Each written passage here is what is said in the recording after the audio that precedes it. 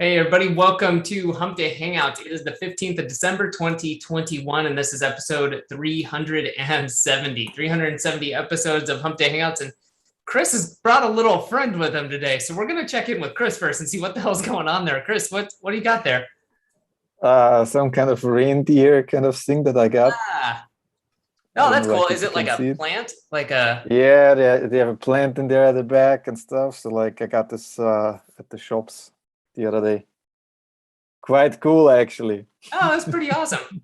Yeah, we'll have to pull out all the stops next week when we do when we have that closest to Christmas episode. But in general, Chris, how you doing today? Doing good. It's actually pretty warm again. Nice. Surprise, Christmas is always, I don't know, like the warm dip.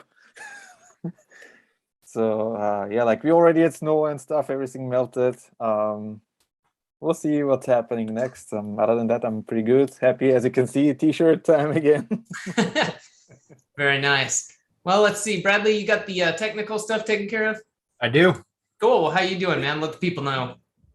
I'm good. I'm happy to be here. Got a lot of stuff going, man. God, it's just insane how much stuff we got going on right now. But very big things. Launching a new service tomorrow that Mastermind members are aware of. I'm not going to reveal that just yet, but looking forward to that and working hard on getting prepared for that. We've got just a lot of really cool things coming, man. 2022 is going to be a big year for us, and hopefully all of our members as well.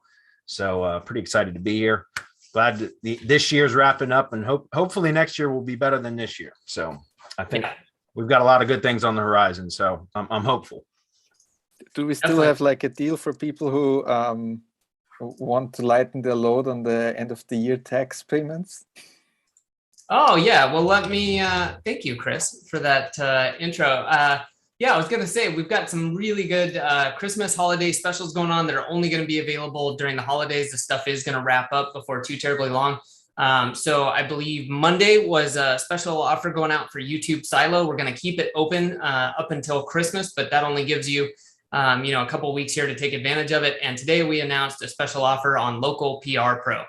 So I'm going to put links for both of those. If you are not watching this live, what you're going to want to do is make sure you're on our email list. Come join the Facebook group, or last ditch effort, head over to semanticmastery.com/HD questions, and you can see the links that we're posting there on the live page. But definitely suggest that you hop on the email list, so that way you get notified right when things happen or are available, because occasionally we have some offers or last minute updates, things like that, where time is of the essence. So this one, it's the holidays, want to give you some time. We know you got a lot going on, but there are some awesome offers. Like we said, the YouTube Silo Academy, Local PR Pro, and then we got a couple more coming out. I'm not going to spoil it because they are still surprises. One thing about Local PR Pro is last week for the Mastermind webinar, I recorded part of the training was an update for Local PR Pro. It has not been added to the members area for Local PR Pro yet. I hope to have that done on Friday this week. So, but it was definitely an update to kind of update the strategy. Methods evolve over time, and the press releases are still a critical component of everything that I do for SEO and for ranking, locally. But the method has evolved a bit. And so I go over exactly how I'm using press releases now, exactly how I silo them together and all of that. And I'll add that to the members area hopefully by Friday at the latest. So PR Pro has been updated for the most current standards. Outstanding. Let's see, just got a couple other things I wanted to touch base with everybody else on. If you're watching and you haven't grabbed it yet, make sure you get your GMB process checklist at gmbprocess.com. We're going to have to just register a bunch of domains as they change everything. But you can still get it there. It still applies. Grab it. It's really good stuff. We've got a lot of really good feedback. I know Bradley put some blood, sweat, and tears into making that for everybody. And the feedback's been really good. So if you do anything with GMBs, or what is it now, GBP? Yeah. Then, pick it up, check it out, keep that next to you so you do it the right way. I think Google just changed the name just to make it harder for us to use the acronym, because GBP does not roll off the tongue as quickly as GMB does. No, so it makes me think of isn't that what the UK used to use? The British pound. Yeah, I don't know why. Now that's in my head. So I'm just like, what the hell is this? Anyways, ditching currency talk. I wanted to let people know too, we are losing our train of thought, and that's weird when it's live. So anyways. Well, have you ever seen the three nice guys on the right-hand side of the mastermind scene? Although I look like I'm about to murder somebody. Yeah, that was Bradley's best picture. But yeah, Bradley, I think was about to kill somebody. But we got to get those pictures updated. But I'm glad you pointed that out, because that is what I wanted to mention. I just got done sending an introduction or a welcome video to a mastermind member that joined this morning. And, if you want to join too and hit the ground running in 2022 or wrap up the year, well, then the mastermind is definitely the place for you. If you want to be around other people who have the same goals, whether it's consultants, agency owners, brick and mortar owners who are looking to implement all of this stuff and do it with the help of not only ourselves, but everyone else who is doing that, then the mastermind is definitely where we recommend you to go. And that's mastermind.semanticmastery.com to find out more. Agency owners, consultants, lead gen people, brick and mortar, all of that and more. Bradley, Chris, you want to say anything else about the mastermind? Well, just next year, my plan is, I'm trying to get, we've got our content service that it's still in alpha testing, although it's about ready to go to beta now, which will be for mastermind members. And then once we go public, we'll announce that. But to be in the mastermind, you get first crack at like new services and things like that. So the content service is one of them. The other one is the link building service, the managed link building service that I'm launching tomorrow for, again, only mastermind members to begin with. But that will probably be available at some point next year, in the first quarter next year for a broader audience. But mastermind members always get first crack at that. And then lastly, my goal for 2022 is to get into a cycle of building a lead gen asset every 2 weeks. So in other words, 2 per month consistently. And, I'm working on the process training now for the entire Google Business Process checklist. Like, in other words, I'm developing the standard operating procedures for that for my own team first, but then I'm creating a second version of the SOPs in Flowster that will be available to mastermind members so that they can literally just hand the template, the Flowster template, or essentially they'll run a workflow and assign it to a virtual assistant. And the virtual assistant will be able to go through and do virtually everything that has been listed in the Google Business Process checklist. Okay. So that's going to be an enormously valuable for members in the mastermind. I've got a bunch of people in there already just waiting, like just dying for it. So I am definitely working on that very, very hard right now. My goal is to have that all of them available, the entire thing available by January 28th, Friday, January 28th. So again, next year is going to be a really big year. Anybody that's interested in lead gen or local stuff that really wants to scale their business, I encourage you to come join the mastermind, because if you follow along with what my plan is going to be next year, I'm going to be doing a lot of training about it, trying to get more efficient with building assets and then getting them ranked. But I want to do 2 per week, 2 per month. So every 2 weeks for the entire year.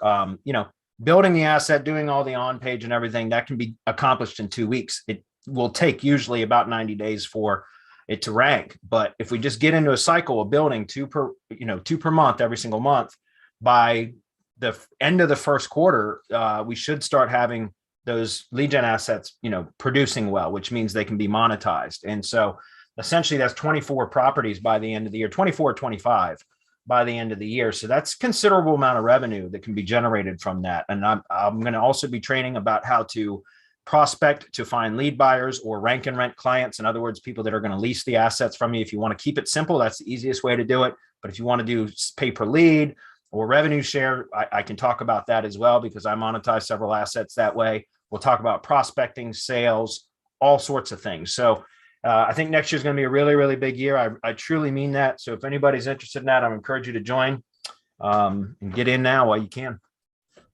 Definitely. Got nothing to add to that. Mastermind.semanticmastery.com. Find out more. It's a place to be, you guys. With that said, anything else, or are you guys ready to get into it? I think we're good. All right, let's do it.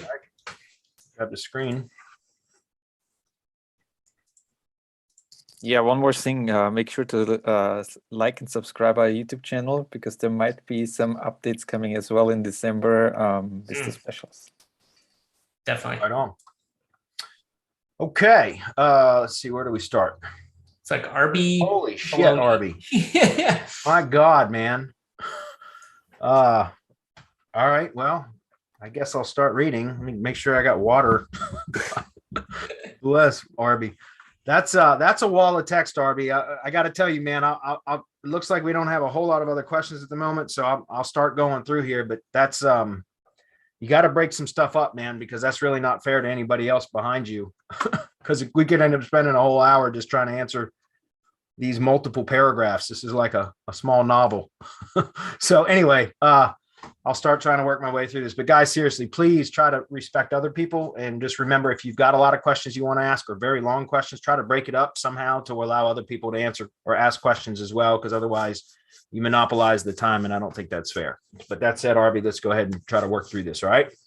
So this is last Hump Hangout when I asked about topic authority blog within a geo then services site structure. A really interesting and helpful discussion ensued on your side. However, I didn't quite get clarity on where exactly the topic authority blog should be positioned to pass all that authority juice to the locations page, which is what we typically want ranking and where we want people landing for a business or lead gen site. You had mentioned link sculpting, which is probably more inner circle stuff. So I wanted to ask about the alternative. Should the blog silo page header or footer have links up into each geo page? Each blog post have the links up? Should we instead have spun versions of our authority blog post at the bottom of each geo page with the location ifield? No, you don't want to do that. First of all, you don't want to use spun versions of anything on your money site ever, period. End of story. Google's algorithm. You guys, if you don't understand this, Google has tokenized words, right? So essentially Google can take an article and any one of the synonyms, it just basically creates a token out of each one of the words and all of its synonyms. So synonyms, excuse me. So in other words, if a word has 6 variations, right? So synonyms, Google will tokenize that down to 1 word, and so it can basically create a picture out of a snapshot of the article with all of the synonyms tokenized. So if you spin something with just a regular spinner, then Google can detect that. The algorithm, it does it 100% automatically now. It can detect it very, very quickly, because all it does is it turns each version of that spun article into the tokenized version of it, and they all are incredibly similar, if not identical. Does that make sense? So just don't use spun content anymore, guys. There are AI rephrasing tools now that are much, much better. Doesn't mean that, that's not detectable as well, but it's less detectable than just using spun content. Now, spinning content for like link building and stuff like that, that's different. That's, essentially, especially when you're doing a lot of spam links, bulk links, you're going to need to be able to generate content in mass or in bulk. So spinning, that's different. But we also don't recommend using spun content for link building content that's at tier 1 links, right? So in other words, you don't want to spin content that you're going to then place a link within that links back to your money site. You can do that out of tier 2, tier 3 and beyond, but you don't want to do that on your money site or anything that's linking directly to your money site. If you do, you're just asking for trouble or for the links to be discounted entirely. And what's the point of that then? You're just wasting time and effort and money. So again, coming back to that, you don't want to use spun content anywhere on the money site, period. Okay. If you're doing churn and burn stuff, fine, try to get away with it. But if you're trying to create an asset that's going to provide a return over any length of time, then just don't use spun content. Just don't do it. Okay. And the other thing is, what I was talking about, RB, is, optimize a location landing page for the location, right? Plus the services, products or services, whatever. But what I was talking about is I like to do long form landing page content that has all of the services listed on that. It could be behind accordions, tabbed content, accordion menus, whatever you want to do.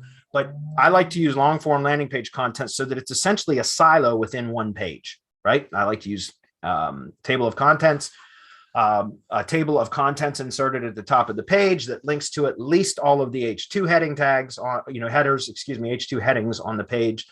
And sometimes I also include H3 headings. And so it creates a hierarchy and in the table of contents. And that's really good for Google for crawling and indexing and all that kind of stuff as well. It just, especially if you know how to stack the content properly. But so I like to optimize for location plus products and services, right? Products or services on that location landing page. But then for the blog, if it's a single location site, then you don't need a location silo because it's understood that the entire site should be optimized for one particular location. If you're doing multi-location websites, then what I like to do is a separate location silo for each location. The landing page is optimized for the products or services, but then I create a category for that location, so that city essentially, and then we can publish articles that are specific to that particular location within that silo. But another way to do it, again, if you're talking about a single location website, right? So you could have your products and services, products or services or whatever optimized on one page that's also, optimized for the location. But then you can have supporting articles that you don't necessarily have to optimize for a particular location. They're they're optimized for the topic, not necessarily for the location, if that makes sense. And you can publish those as supporting articles within that silo, right? And so the way that you internally link from that is you all of your supporting articles, each one of your supporting articles within a particular silo should link back up to the location landing page, the top of silo page.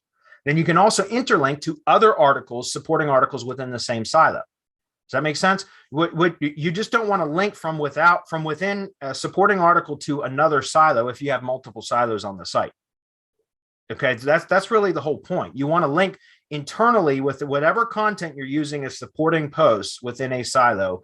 You can link to other supporting posts within that same silo. You can link up to the location landing or the top of silo page, I should say.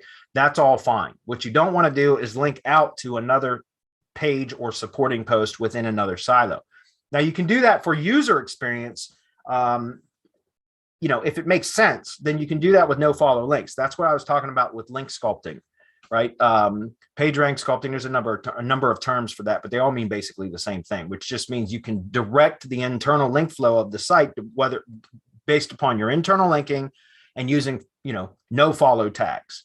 So there's a way to direct where the link juice or link equity is flowing throughout the site by using no follow tags. So that's why I'm saying if you had two silos on the site, you don't want to link from one silo over to the other unless there's a reason to make it easier for users. If it makes sense to link over to there, then you can do it, but no follow it so that you're not bleeding any page rank or internal link equity over to another silo, because that starts to muddy the waters, so to speak. Okay. So again, first and foremost, don't use spun content on your money site. Okay. And these kind of answers are again, this is getting into some pretty technical stuff where, I'm happy to answer this, in the mastermind or something like that, but I'm certainly not going to draw out or diagram out silo structure here on Hump Day Hangouts. So let me just try to finish reading this. Should the blog silo page header or footer have links up into each geo page? Again, for each geo page, it depends on what you're trying to do. Remember, if you've got one GMB, but you're trying to target geo areas, right? So like doing geo posts, like neighborhood posts or, adjacent area posts and things like that. Well, then those should be posts that are optimized for each individual location or each location that you're trying to create relevance to the Google business location. So that's why I say make the location landing page a silo. And then you can publish supporting posts targeting, adjacent areas, for example, or neighborhoods and districts within the service area of the Google business profile. And you can have all of those as like supporting geo posts within that silo. And so they would be linking up to the primary website, or excuse me, the top of silo page. Hey, Adam, if you can jump into the SM short link site and pull the local prominence plugin. Yeah, sure thing. Link and drop that. And once you do, let me know, because I'll go down and click on it because I want to demonstrate something here for Arby and for everyone else for that matter. Cool. What was the name again? It's local prominence. You could also search WP Amplify, I think, and it'll pop. It is on the page. I'm probably going to miss. Yeah, I'm just going to put the link on there. Just paste it. Okay. Is that right? All right, guys, the link is in the chat box. Check this out. All right. Barbie, this might help to explain better than I can do during a Hump Day Hangouts, right? Which is supposed to be conceptual, not like getting into the technical nitty gritty.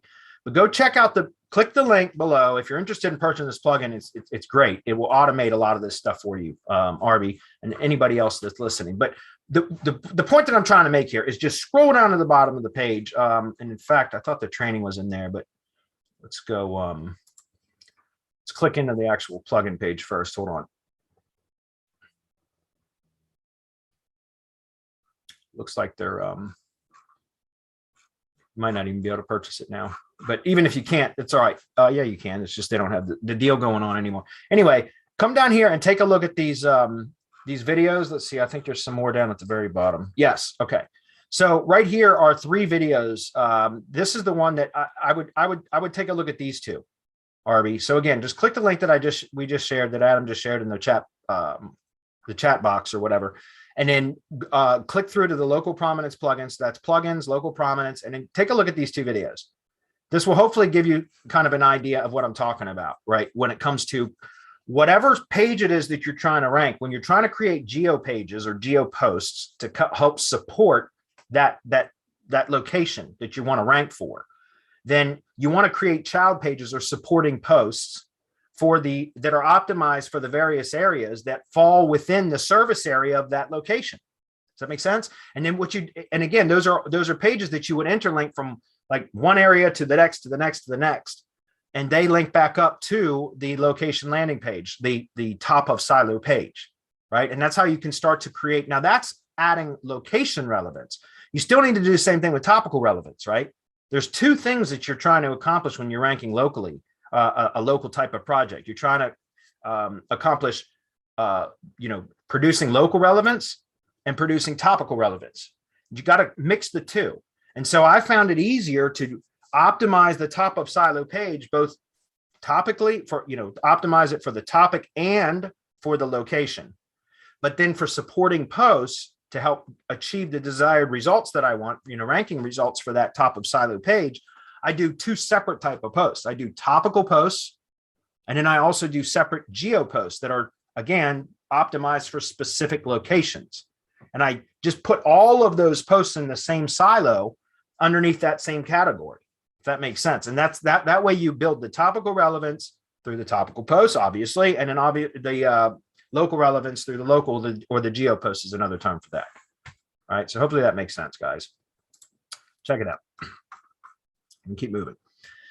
Okay, perhaps the point was the authority blog post ranks in their own and aren't intended to support the local geo ranking. If so, then you could reframe my question to be how best to position those authority posts to support and provide link juice to the locations, since we may be more focused on cash flow now from local ranking than long-term non-local ranking. Yeah, again, I don't try to rank non-locally for these types of things. So I'm not sure I understand where you're going with that part of it, Arby.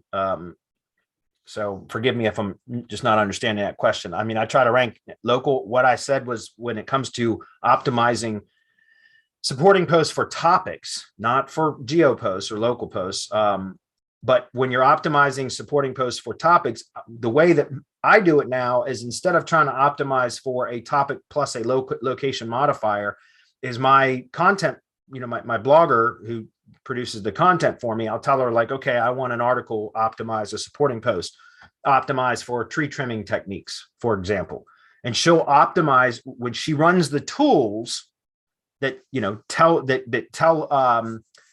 like Surfer SEO or outranking or inlinks or phrase or any one of those tools that we use that will tell us like, okay, this is what we need to develop content with this many headings, that's optimized this well and all that. We try to make the content competitive on a national level, even though I don't ever intend on it to rank.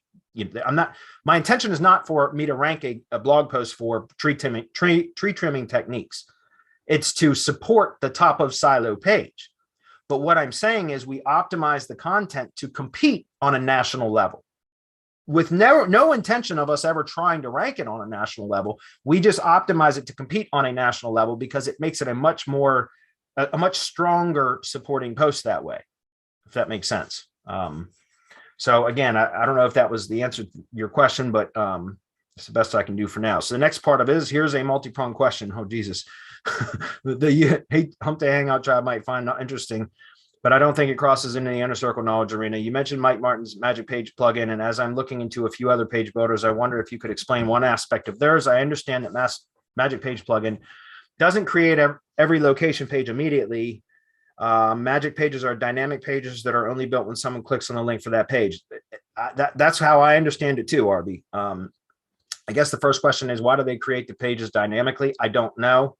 Honestly, RB, I don't know. And I don't have enough experience with the plugin, but to really know how everything functions, because I haven't got to that point yet. I've got several site builds that I'm going to apply that to once I've achieved the initial rankings that I want. Then I'll add the Magic Page plugin. So I don't have enough experience with that yet. I apologize. From what I understand, they are dynamically generated pages. However, I know that you can, in one of the more recent Magic Page plugin updates, you can generate the Magic Pages, the location pages essentially, and then you can export them, I think, from the Magic Page plugin and turn them into either pages or posts, which are permanent pages or posts instead of dynamically generated. By default, I know they dynamically generate those pages, but I know that they just within the last 3 or 4 months, they've added a function to once those pages have been the Magic Page has been kind of generated or created, you can export them as either posts or pages so that they become permanent on the site as opposed to being always dynamically generated. Hopefully that makes sense. Okay. I guess the first question is, why do they create pages dynamically? This answer may take care of all the subsequent questions, which are really trying to better understand how the Googlebot works. I'm inclined to think it's due to speed and minimizing size of the site. Other mass page tools build, say, 20 locations times 5 service pages on top of the homepage, which would be 101 pages. Your more recent preference is 20 location pages each containing the relevant service info content, so 21 pages total. Okay, so you're talking about using long form landing pages as opposed to individual pages for each service. Okay, so that would condense it from with your example from 100 pages to basically 20. 80% less pages. MPP seems to go further with one home page and one dynamic template page. Yes, that's called the Magic Page. How can Google's bots crawl each individual location page to index them and start ranking process? Those pages only come into existence when there is a click. I don't know that. Again, I think the bot counts as a click. Again, I don't understand all that. I'm not a coder. I'm not a programmer. I'm not fully sure how dynamic pages are generated or served. That is just not my area of expertise. These are questions, RB, that I would encourage you to ask the developers of Magic Page plugin.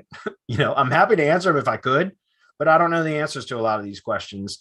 And I'm quite sure the developers of Magic Page, Mike Martin and Keith Best and the crew over there, which those guys are awesome. I'm sure if you reach out to them, they would be happy to answer those types of questions. Okay, I can't answer them. It's not my product. I'm anxious to use it, but I really don't have enough experience with it yet to be able to answer these intelligently. Okay. All right. Similarly, how can a page be both published yet also dynamically built? I don't know, RB. Again, it sounds like string theory. If the pages aren't actually built when the bot arrives, then the only evidence the page's existence surely can. Again, these are all theoretical questions that I can't answer, RB. So I apologize, but I would encourage you to just contact, go to their free Facebook group with this mass lead generation strategies or whatever, and just ask that in the group.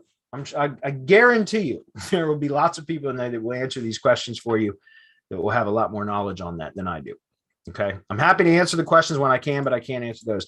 And like I said, when I have more experience with Magic Page plugin, I can talk about it more intelligently. I've been waiting for a couple of projects to rank, or I want them to rank before adding Magic Page, because I spent probably about, 7 or 8 weeks trying to build sites with Magic Page plugin, and it didn't work. It was just a real pain in the ass. And then Herc Magnus did a webinar about HDHO with Mike Martin several months ago. And during that webinar, he was talking about build a site, a regular WordPress site, and get your page ranked first. Once you get the page ranked, then you add Magic Page plugin and duplicate that page and create, the pages, the location pages, the Magic pages for all of the adjacent areas. And then once you start to get results from that, then you expand out a little bit further and do it again, right? And you just keep doing that and expanding out. And so my strategy has been, I've got 2 different projects that I'm going to apply Magic Page plugin to once they have ranked. But as you guys are probably aware, it's a little bit slower right now with everything, with indexing and everything. So links because indexing is slow, it's kind of delayed the results for everything except for maps. I haven't really had any problem getting results in maps, but when it comes to like the organic side, things tend to be a lot slower from what I've noticed, because it takes a lot longer to get anything indexed. And so that includes link building, right? So if we're link building to a page to help it to rank in the organic section, not maps, but organic section, then if those links are taking weeks to get indexed, where before it would be days, now it's taking weeks, then it's going to take that much longer, right, for you to start to see the results from links, because it's taking them longer to get indexed, which means you're not getting credit for them until later, right? So that's why I said, like, organic ranking right now, maps ranking is where it's at because we can rank maps still relatively quickly. But what I've been experiencing over the past several months now is the organic side of things is taking there's a lot of lag time, right? You can rank a map, but it usually takes, you know, several months more, at least a couple months more, before the organics rankings start to catch up with the maps rankings. At least that's been my experience. And again, I think it all comes back to mainly indexing issues. Google's indexers is and I don't even think it's the indexing itself. I think it's like crawl budget. I think it's really hard on the servers. And so things are being discovered, but not crawled, if that makes sense. And you can see that, by the way, guys. I'm sure a lot of you probably have seen this in Search Console. But if you go look at the coverage in Search Console to go see like what's indexed and everything, there's a whole bunch of messages now underneath that graph that they show. There's a whole bunch of messages now that, you know, where it says like excluded and things like that. If you click on that checkbox in Search Console under coverage, there's kind of like a graph at the top, and there's those different checkboxes. And if you check the excluded box, then it will reveal like the different status messages underneath, and it will say discovered, not crawled. You know, things like that. You'll see a lot of that. And I think that's a clear indication that Google servers are under too much load, so to speak. And that's kind of where I've been experiencing a lot of slow results with organic ranking because of indexing issues. So anyway, that's just my take on it. All right. Sorry, RB, I can't answer all those questions for you, but I tried. Gordon, what's up, buddy? He says, hey, guys, I didn't want to bother you with a question so close to the holidays. What are you kidding, Gordon? That's what we do, man. Answer questions. So you're always welcome to ask. He says, I just wanted to wish you and your families a very Merry Christmas and continued good health, prosperity, and much happiness for the holidays. Well, thank you. Thanks, dude. Appreciate it. Yeah. Gordon's always, he's been coming and visiting us for a very long time. He says, I also wanted to thank you again for all the help you offer to our customers like myself and even non-customers on Hump Day. It is greatly appreciated, and I know you'll continue to be rewarded for your generosity by the laws of the universe. Well, thank you. And one of the things that Adam and Chris and I have agreed on is that we want to really take, any of our members and customers, we want to take, like, really step up the experience to provide kind of an unmatched experience in 2022 going forward. Like, that's our goal. We really want to provide like one of the best experiences, customer support, all that kind of stuff. Real personalized touch. It's something that we're actively trying to do right now, Gordon. So should start to see a lot more of that coming from us going forward. Okay, well, hey, what's up, man? We've been chatting in Facebook for various things. He says, hey guys, I read GMB Post Guidelines from Google. They don't allow to add phone numbers in the post. Do you guys do that? What's your opinion about that? Yeah, I don't. They often posts will get rejected often if you put the phone number in the post body, like the text area of the post. You can still get away with it in the images. So you can do, text overlay on the images and put phone numbers there. Most of the time, those won't get rejected. And you can also use a GMB post with the call button instead of a CTA button where you link to a URL of whatever you want to link to. You can use the call button. So if you want calls to be generated from GMB posts or Google Business Posts, then use the call button. And it makes sense to do that, guys. It also makes sense to switch up your Google Business Posts and occasionally insert a call button post anyways, just to kind of switch things up. But yeah, if you try to put, because I used to years ago, put NAP, like name, address, and phone number in the Google Business Posts in the post body, right? But not anymore. Like often, not all the time. You can still publish posts and not all with phone numbers, and not all of them will get rejected. But A lot of them do. And I don't know if like every time you try to post something and it gets rejected, if there's some back end scoring system that Google gives you like a location to say, okay, once it reaches a certain threshold, we're going to suspend it or something like that. You know what I mean? I don't know if that's there. So I try to avoid rejected posts as much as possible. And once I started seeing that the phone number was triggering rejections, I stopped doing that in the post. But like I said, something else that I know can trigger rejections is that if you're using stock photos for the image, that can also trigger a rejection, believe it or not, even if there's nothing inappropriate in the stock photo. And it's probably just because, Google's image recognition knows that it's been used a million times. It's not an original photo. But how can you turn it into an original photo? With text overlay, right? You can take an image and you can put text overlay on it. Now it's a unique image. So I mean, even there's ways around that. But again, I don't recommend posting the phone number in the post body. If you want people to call from the post itself, use the call button on the post. Okay, cool. Let's see. Right, so haha, should add a Christmas tree on the new mastermind image. Yeah. Something that brings a little bit of it, just looks awful. I look like I'm so mad. It's funny. Anyways, okay. Arby says, apologize guys for the long questions. The issues are hard to describe precisely, as they're very specific and kind of complex. Yeah, no worries, Arby. It's not a problem at all, man. Like I was just saying, I can't really answer those questions. And some of the questions about like silo structure and things like that. Remember, Hump Day Hangouts is supposed to be conceptual. Like, in other words, we're happy to answer questions on a high level, conceptual level. But if you want to get into like technical, the nitty gritty, like into specifics on how to accomplish these things, that's what we do in the mastermind.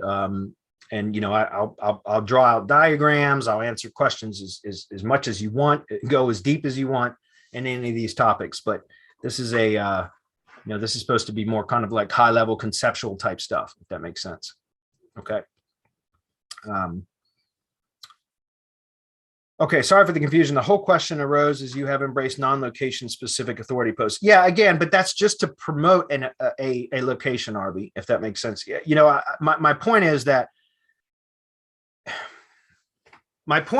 that if you can optimize a supporting post for the topic and not topic plus location, then typically it's going to be a much better, more thoroughly optimized article, right?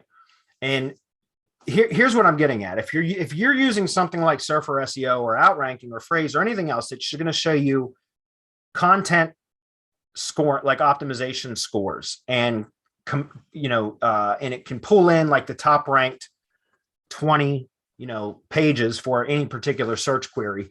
It's going to show you what the average is of word count, for example, in heading tags, H2s, H3s, and so on and so forth. The keyword density, the average keyword density, all these different kinds of things. And if you, so my point is like, and you can test this yourself. Let's just say you're using Surfer SEO, because I know most people are probably familiar with that. So let's just say that that's the tool that you're using, is Surfer SEO, for optimizing content and competition analysis for content. Okay. So if you go and you were like, and again, I'm just going to use tree services because that's the industry that I'm in. If I was to go in and plug in, tree trimming, Culpeper, Virginia, and that's what I'm going to pull in the top ranked, the top 20 results for that particular search phrase, which is topic plus location modifier, then I'm going to get one set of results. Now, if I open up Surfer in another browser tab and I take the same search query but lose the location modifier. So like I just put in tree trimming or tree trimming techniques or methods or tree trimming and pruning or something like that, but pretty much the same general term that I had for the local query, but I dropped the location modifier, it's going to return significantly different results. And I say that it depends on, if you localize the search, like in Surfer, like if you select a particular city instead of just the United States in its entirety, I'm just going to use the US as an example, then it will localize the search results too. But if you keep it, like I said, if you just keep it to the United States and you would do a Surfer, content planner or whatever, run on the more general term without the location modifier, now you're going to start getting like the competition metrics for the content are going to be much higher, which means you're going to have higher authority sites that are typically ranked. The word count's going to be a lot more. There's going to be a lot more heading tags, all of that, because now you're pulling in nationally ranked pages for that search query versus locally ranked pages. If you go back to the original query, which I said was like, tree trimming, Culpeper, Virginia, or VA or whatever, you're going to see that those are typically, besides the directory sites, which you filter those out anyway, you're going to end up with just local business sites, and the word count's going to be somewhere on average in the tree service industry for around 800 to 1,000 words. Like that's the range that is as typical across almost every search query. But if you were to take that same search query, like I said, tree trimming or tree trimming and pruning or tree trimming methods or something like that on a national level, now your word count's going to be much higher, probably closer to 2,000 words or something like that, right? So if you tune your content based upon the competition metrics from national content, right, terms that are content that's ranking on a national scale, then now you've got a much stronger piece of content that helps support your location, right? Does that make sense? So that's all I'm trying to say is you place those supporting posts, you optimize them for a kind of on a national level to compete on a national level, even if you never intend on like building links and everything else to make that rank on a national level. It just becomes a much stronger piece of content to help reinforce the topical authority for that location, if that makes sense. And then that's why I said, if you go back to the local prominence plugin, it automates a lot of the geo post stuff. It's a great plugin. I think I've got 15 licenses. I bought 5 and then I went back and bought another 10 because it's really good and it automates it. And so then I'll go create, like I said, geo posts, which are just optimal, like, points of interest or places of interest in, and then that'll be the H1 tag, the post title, right? It'll be like places of interest in, and then whatever the city is.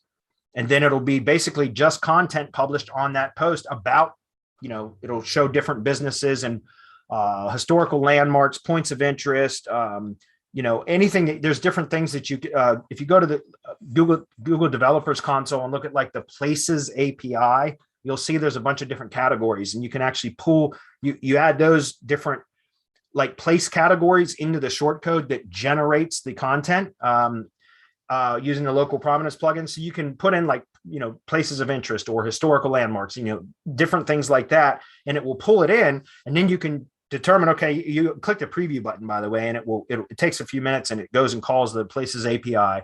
You can pull it in. By the way, don't try to use that shit on mass page sites, guys. You will get hit with a huge bill from the developers console, Google Developers Console. You have to enable billing and everything else. But if you're just doing it on a local level where you might publish, a handful of geo posts in a month, you probably will never get billed at all.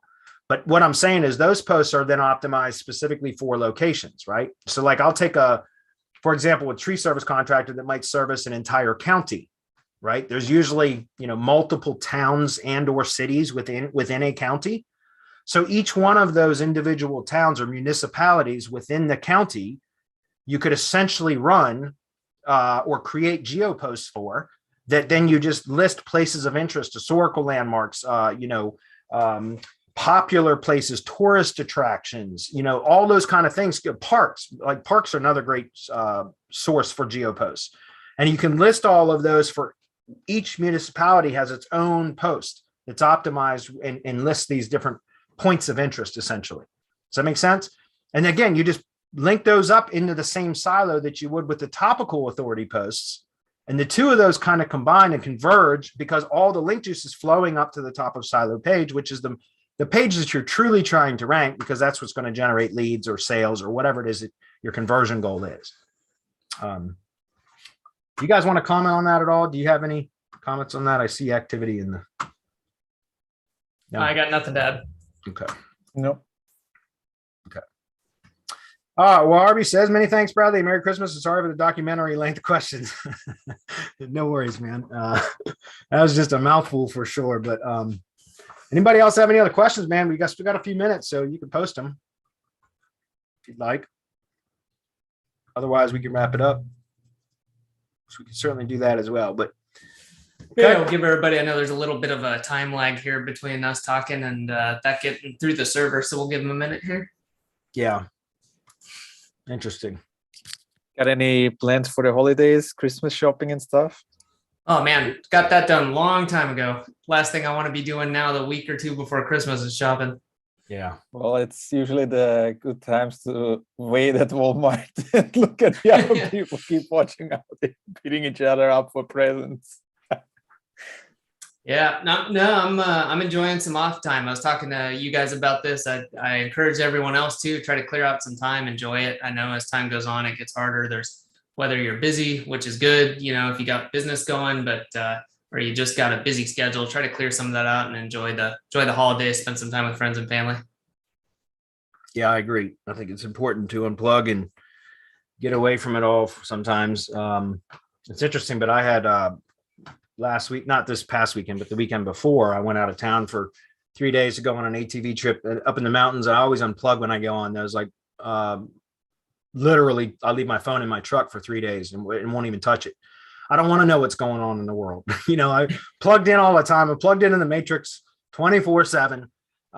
And so when I go on those types of trips, I completely unplug. And it's interesting because a lot of the people I go on these trips with, you know, every time we stop for a break on the trail, like when we're riding ATVs and we stop and people drink a beer or smoke cigarettes or whatever, we stop, people pulling out their phones and like, I don't know, for me, like I like to completely unplug. And what I found that is very beneficial for doing that is that it gives your mind like breathing space, right? It gives you like room to like process stuff that we're always like, we may not process because we're always bombarded, but like we're always have like, at least for me, I've got this incessant dialogue in my head that just never ends. You know what I mean?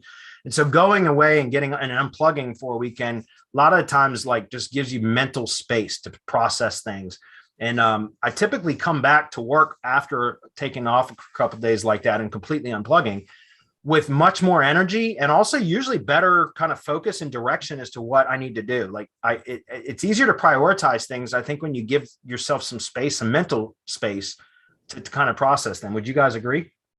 Oh yeah, 100%. Getting that clarity and let your subconscious just kind of work on the stuff that's on there instead of distracting yourself, right? And that's tough. I'm the same. I talk about it. You guys know I kind of nerd out on productivity and stuff like that. And like the phone is the greatest and worst thing to ever happen. Like it's an incredibly powerful device. I couldn't imagine. I don't want to live without it, but I've got to literally put it like out of the room sometimes just to stop that habit of like, oh, I'll just pick it up. So yeah. Same here. Yeah, it's crazy how like we're so attached to our phones now. You know, it's crazy. Yeah, well, it's not going to change. Next thing's going to be the glasses, and then who knows, probably some implants. But implants, yeah. Bradley, looks like there was one question. Reza was asking about the last big core update from Google. Have you seen any changes in the last big core update on Google? No. I mean, I've seen some kind of volatile. I've been seeing, again, there's some weird stuff going on, and that might be actually part of the core update. Like I haven't seen any like significant changes, but I've seen some interesting fluctuations in maps ranking more so than organic. I just seen some really interesting kind of like movement in the maps. And so I don't know. I don't usually typically study the changes unless I have something catastrophic happen. And then I'll start digging into it a lot more. But fortunately, most of the the methods that we've been using in teaching for years now, we've survived update after update after update. And so it hasn't been much of an issue. But she says, Raisa says, interestingly, I hear it was a big one, but did not see any changes. Yeah, I didn't either. I mean, like I said, except for what I mentioned for the last few months now, the indexing is like, it's just terrible. And that's been causing issues for me to be able to get results as quickly as I used to. Again, I can still do that with maps for the most part, fairly quickly. But for the organic side of things, to rank in the organic section below maps, I'm finding there's quite a delay between what I'm able to achieve in maps and what I'm able to achieve organically. It takes a couple of months for it to start to catch up. And I think most of that has to do with the fact that links are taking a lot longer to get indexed. And so because of that, it's just a lag in everything, a delay in everything. So it's been a bit of a pain in the ass, but it is what it is. I think the big update was actually since November, mostly on spam stuff.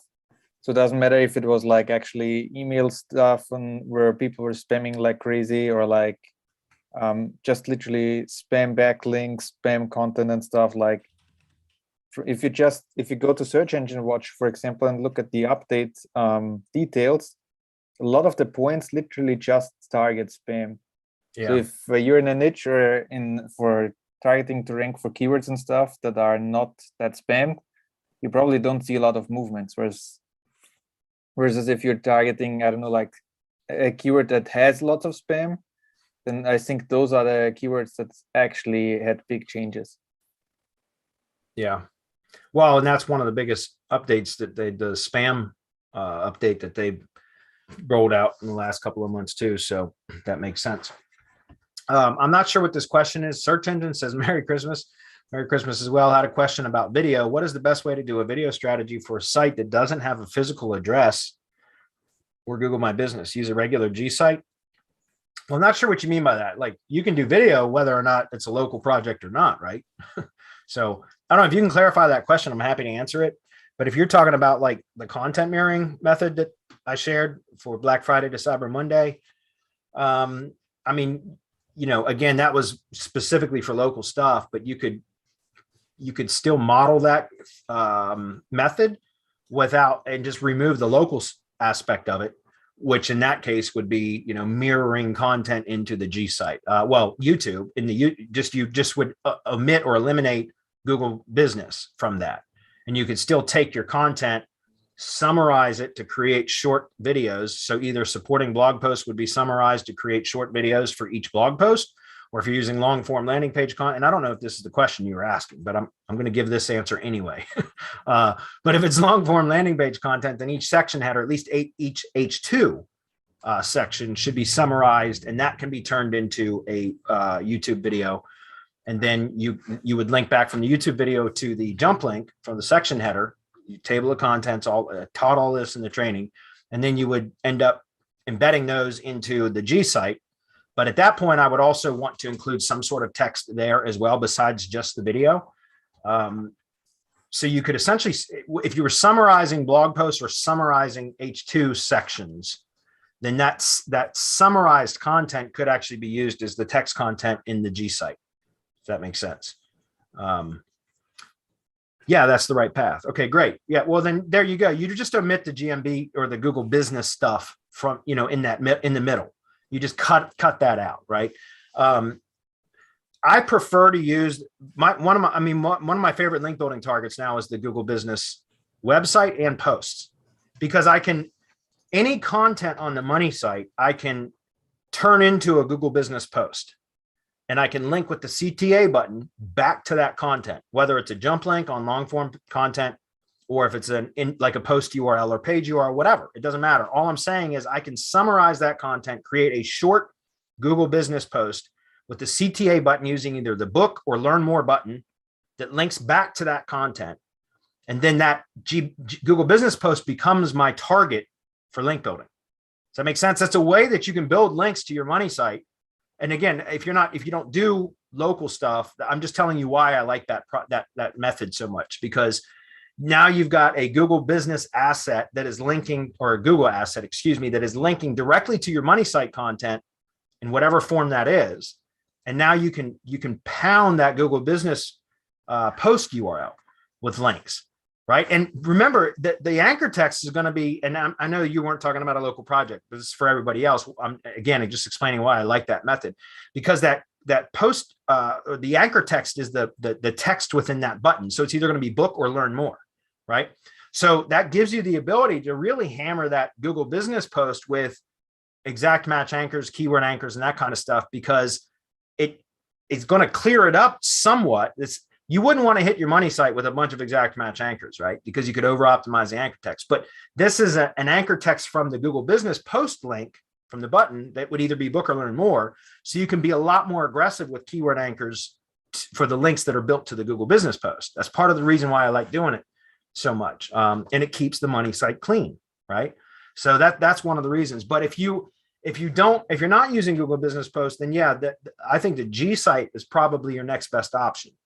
YouTube and GSite, and then the GSite becomes your primary target URLs, and you can link to your money site through the GSite, right?